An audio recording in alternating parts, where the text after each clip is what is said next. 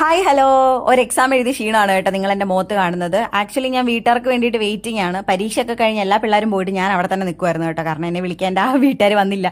അപ്പോൾ അതാ വരുന്നു നമ്മുടെ സാരഥി. അപ്പോൾ നമ്മൾ ഇവിടുന്ന് നേരെ പോകുന്നത് കടമനാട്ടാണ്, അതായത് എൻ്റെ അമ്മയുടെ വീട്ടിൽ. അപ്പം നമുക്ക് ഇവിടുന്ന് അടുത്താണ് കേട്ടോ പോകാനായിട്ട്. അപ്പോൾ നമ്മൾ കുറച്ച് അവിടെ പോയിട്ട് അപ്പോൾ നമുക്ക് പോകുന്ന വഴിക്ക് ഫുഡ് വാങ്ങിക്കണമായിരുന്നു. കാരണം എനിക്ക് ഭയങ്കര വിശപ്പായിരുന്നു. ഞാൻ ഒന്നും കഴിക്കാതാണ് പരീക്ഷയ്ക്ക് പോയത് കേട്ടോ. അതുകൊണ്ട് നന്നായിട്ട് വിശക്കുന്നുണ്ടായിരുന്നു. അപ്പോൾ അവിടെ മലനട ഷാപ്പ് എന്ന് പറഞ്ഞൊരു ഷാപ്പ് ഉണ്ട് കേട്ടോ. അപ്പം അവിടുന്ന് വാങ്ങാൻ ഓർത്തു. കാരണം നമ്മൾ പോകുന്ന വഴിക്ക് വേറെ കടകളൊന്നുമില്ല. അത് മാത്രമല്ല, ഈ ഷാപ്പ് ഞാൻ ഫേസ്ബുക്കിലൊക്കെ കണ്ടിട്ടുണ്ട് കേട്ടോ. ഈ ഷാപ്പ് എനിക്കൊന്ന് ഇച്ചിരി വൈറലാന്ന് തോന്നുന്നു.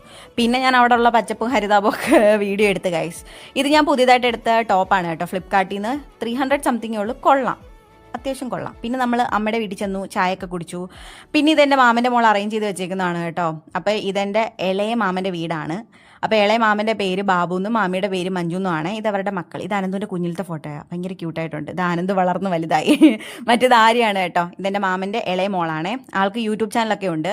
പിന്നെ അവരുടെ കുറേ ട്രോഫീസും കാര്യങ്ങളൊക്കെ ഉണ്ട് കേട്ടോ. ആർക്ക് 10ാം ക്ലാസ്സിൽ ഫുൾ A+ ഒക്കെ ഉണ്ടായിരുന്നു കേട്ടോ. ഇച്ചിരി ബുജിക്കുട്ടിയാണ്, കണ്ടാൽ പറയത്തില്ലെങ്കിലും പഠിക്കും കേട്ടോ നന്നായിട്ട്.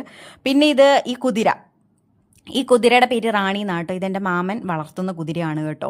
പിന്നെ അവിടെ നമ്മൾ ടാറ്റ ബൈ ബൈ പറഞ്ഞ് നമ്മൾ നേരെ വീട്ടിലോട്ട് പോയി. പോകുന്ന വഴിക്ക് ഭയങ്കര മഴക്കോളായിരുന്നു ഗൈസ്. അപ്പോഴേ എനിക്കറിയായിരുന്നു ഇത് മൈനാപ്പിളി പെയ്യാനല്ലെന്ന്. കാരണം എന്താണെന്ന് വെച്ചാൽ മൈനാപ്പിളി ഇതുവരെ മഴ പെയ്തിട്ടില്ല. എന്താണോ എന്തോ, അപ്പുറത്തെ ജംഗ്ഷനിൽ പെയ്താലും മൈനാപ്പിളി പെയ്യത്തില്ല. അപ്പോൾ ഇത് മൈനാപ്പിളിക്ക് തൊട്ട് മുന്നുള്ള ജംഗ്ഷനാണ് കേട്ടോ, പള്ളിമുക്ക്. അപ്പോൾ നമുക്ക് പള്ളിമുക്കിൽ നിർത്തേണ്ട ആവശ്യം ഉണ്ടായിരുന്നു. 1-2 സാധനം വാങ്ങിക്കാനുണ്ടായിരുന്നു അനിയന്. അപ്പം ഞാൻ അങ്ങനെ വീഡിയോ എടുത്തു. നിങ്ങൾ നോക്കൂ, എന്തിരി ഭയങ്കര മഴയാണ്, ഭയങ്കര മഴയായിരുന്നു കേട്ടോ.